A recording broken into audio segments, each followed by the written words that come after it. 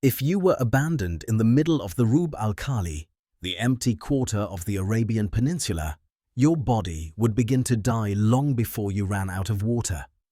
The temperature here regularly exceeds 50 degrees Celsius in the shade, but there is no shade. The sun is not just a source of light, it is a physical weight, a hammer that smashes down on the earth with a radiation intensity that cooks protein. To survive, your instinct tells you to build a shelter. You might think of a modern canvas tent, or perhaps a plastic tarp to block the sun. But if you set up a modern plastic tent in this environment, you would be dead within hours. The interior temperature would skyrocket, creating a greenhouse effect that would boil you alive in your own sweat. You are facing a terrifying paradox.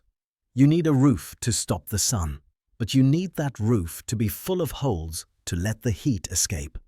If you make the roof solid, you suffocate. If you make it porous, the sun burns you and the rare, violent desert storms will drown you. It seems like an impossible engineering problem. You need a material that changes its state of matter, a material that is open and breathable when dry and hot, but instantly becomes solid and waterproof the moment a drop of rain hits it. For 3,000 years, the Bedouin tribes of Arabia have lived inside this paradox. They don't live in caves and they don't build stone houses. They live in the Beit al-sha'ar, the house of hair. To the untrained eye, it looks like a clumsy black blanket thrown over some sticks.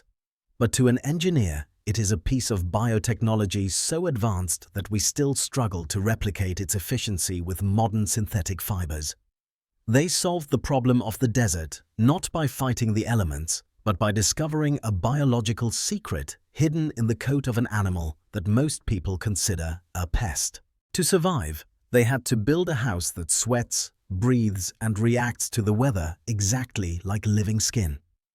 To understand the genius of the Bedouin tent, you must first understand the trinity of enemies that hunt you in the desert. The first is the solar load.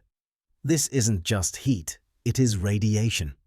The ground temperature can reach 80 degrees Celsius. A shelter must effectively block this radiation without trapping the air. The second enemy is the wind. The shamal winds can scour the paint off a car. A rigid structure fights the wind and eventually breaks. A flexible structure must be aerodynamic enough to channel the wind, yet heavy enough not to flap itself to pieces. But the third enemy is the most deceptive, the flash flood. It rains rarely in the deep desert, perhaps once a year or once a decade. But when it does, it is catastrophic. The hard-baked earth cannot absorb water. The rain falls in sheets, turning dry wadis into raging rivers in minutes. A shelter that leaks in these conditions means hypothermia. Yes, hypothermia in the desert. When the temperature drops from 50 degrees to 10 degrees in a rainstorm and you are wet, your body goes into shock. Modern solutions fail here because they are static. A nylon tent is static. It creates a barrier that traps humidity. A concrete house is static. It absorbs heat all day and radiates it all night, making it impossible to sleep. The Bedouin needed a dynamic structure. They needed a machine that ran on solar power to cool itself and ran on hydraulic power to seal itself. They looked at the landscape, devoid of trees, devoid of large stones, and they found the answer walking on 4 legs: the black desert goat. Imagine the first struggles of the nomadic peoples thousands of years ago. Before the perfection of the black tent, they likely tried using animal hides, stitched together like the early dwellings of the steppes. But leather is a flawed material in the burning heat. When leather dries out in the sun, it shrinks. It becomes brittle. It cracks. Inside a leather tent in the Arabian noon, the smell would be rancid and the air would be stagnant. You can imagine the sensation of sweat running down your back, unable to evaporate because the air inside is saturated with humidity. The leather traps the moisture of your breath, creating a stifling, moldy environment. They might have tried weaving grasses or palm fronds. These allow airflow, which solves the heat problem. But the moment the winter winds howl, the sand penetrates the weave, flaying the skin of anyone inside. And when the rain comes, a grass roof is useless. It rots. It collapses under the weight of the water. The sensory reality of these early failures was brutal. It meant waking up buried in sand. It meant heat stroke killing the elderly and the young. It meant that every time they moved camp, which they had to do every few weeks to find grazing for their herds, the shelter would be heavier, more brittle, and less effective than the last time. They needed a fiber that was stronger than wool, lighter than leather, and possessed a chemical property that allowed it to change shape. They found it in the coarse, ugly, stubborn hair of the black goat. The turning point, the discovery that changed human habitation in the desert, was the realization that goat hair behaves differently than sheep's wool. If you look at a strand of sheep's wool under a microscope, it is crimped and curly. It is designed to trap air to keep the sheep warm. It makes great sweaters but terrible roofs because it is soft and stretches. But the black desert goat has a different coat. Its hair is long, straight, and incredibly tensile. It has high oil content, a specific grease that the animal produces to protect its skin. The Bedouin realized that this hair, when spun into a yarn, didn't snap under tension. But the true aha moment came when they observed the goat in the rain. The water didn't soak through to the skin immediately. The hair lay flat, the fibers swelled, and the water sheeted off. They realized that this biological reaction could be replicated on a loom. If they wove the hair, they could create a fabric that was mechanically smart. They developed a specific type of weave, not a tight canvas weave, but a loose, coarse weave. If you hold a piece of Bedouin tent cloth up to the sun, you can see pinholes of light coming through. You can actually see the sky. This seems counterintuitive. Why build a roof with holes in it? Here is the science. When the hair is dry, the fibers shrink. The microscopic gaps between the threads open up. This allows the hot air inside the tent to rise and escape through the roof while catching the slightest breeze. It acts like a chimney, but the material had to be processed in a very specific way. If they washed the hair too vigorously, they would strip the natural oils and the waterproofing would fail. If they didn't wash it enough, it would smell and rot. They had to walk a chemical tightrope. But discovering the material was the easy part. Turning it into a fortress would require a manufacturing process so grueling it would break the hands of a modern worker. The creation of the Beit al-sha'ar is an engineering feat performed entirely by hand, traditionally by the women of the tribe. It begins with the shearing. The hair is coarse, it feels like wire, it cuts the skin. Unlike soft sheep's wool, goat hair has no give. It is stubborn. The spinning process is where the structural integrity is born. They use a drop spindle. The spinner must impart a tremendous amount of twist into the yarn.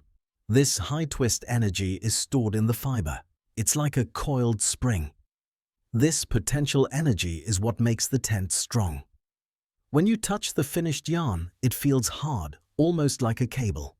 Then comes the weaving. The loom is not a vertical machine. It is a ground loom staked into the desert floor. This connects the fabric to the earth from the moment of its creation. The women weave long, narrow strips, usually about a meter wide. They cannot weave a whole tent at once. It would be too heavy. These strips, called fala'ij, are the modular units of the house. The tactile sensation of weaving goat hair is punishing. It is abrasive. The friction burns the fingers. The weaver must beat the weft threads down with a heavy iron hook or a piece of gazelle horn to ensure the density is perfect, not too tight, not too loose. It is a precise mathematical calculation performed by touch. They are creating a membrane. Once the strips are finished, they are sewn together with double-stitched seams that are actually stronger than the fabric itself. This creates a tension grid. The tent is not draped over poles like a tablecloth. It is pulled under thousands of pounds of tension. The fabric screams under the strain, but it holds. But then, the crisis hits. You are camped in a wadi. The air pressure drops suddenly. The camels become restless, kneeling and facing away from the coming darkness. A desert storm in the Arabian Peninsula is not a gentle shower. It is a violent collision of atmospheric fronts. The wind arrives first, carrying a wall of dust. Inside the tent, the first few minutes are terrifying. You look up and you see the daylight through the thousands of tiny holes in the roof. The wind buffets the structure, snapping the heavy cloth. The wooden poles creak, and then the rain hits. It comes down like gravel, hard and fast. This is the moment of panic. By all modern logic, water should be pouring through those pinholes. You should be soaked. The fabric is black, porous, and seemingly flimsy. The water hits the roof and begins to penetrate the first millimeter of the weave. The smell of wet animal hair fills the air, a pungent, musky scent. The water starts to drip through. 1 drop, 2 drops. It feels like the engineering has failed. The wind picks up speed, turning the rain sideways, hammering the flank of the tent. But the craziest thing is, the stronger the wind blew and the harder the rain fell, the safer they became. The physics of the tent was about to undergo a phase change. As the water saturates the goat hair fibers, a reaction occurs at the microscopic level. The cells of the hair absorb the moisture and swell. The diameter of every single hair increases by a fraction of a millimeter. In a yarn containing hundreds of hairs, this swelling is cumulative. The yarn gets fatter. Suddenly, the physics of the weave changes. The pinholes that allowed the hot air to escape in the sun are squeezed shut by the swelling fibers. The loose weave becomes a solid, watertight board. The surface tension of the water, combined with the natural oils, lanolin, left on the hair, creates a hydrophobic barrier. The water can no longer penetrate, it beads up and runs off. But there is another layer of genius here, the tension. As the fibers swell, they also shorten slightly in length. This causes the entire tent to tighten. It shrinks around the poles. The fabric becomes drum-tight. This is crucial for aerodynamics. A loose fabric flaps in the wind, and flapping destroys material. A tight fabric acts like an airfoil. The wind flows over the curved surface of the black tent, creating lift, similar to an airplane wing. This lift counteracts the downward pressure of the wind. And let's talk about the color. Black. Why black in a hot desert? It seems like suicide. Black absorbs heat, but the Bedouin engineers used this to their advantage. The black cloth absorbs the sun's heat, getting extremely hot. This superheated cloth heats the air directly beneath it. Hot air rises. This rising air escapes through the loose weave, when dry, or moves out through the open sides.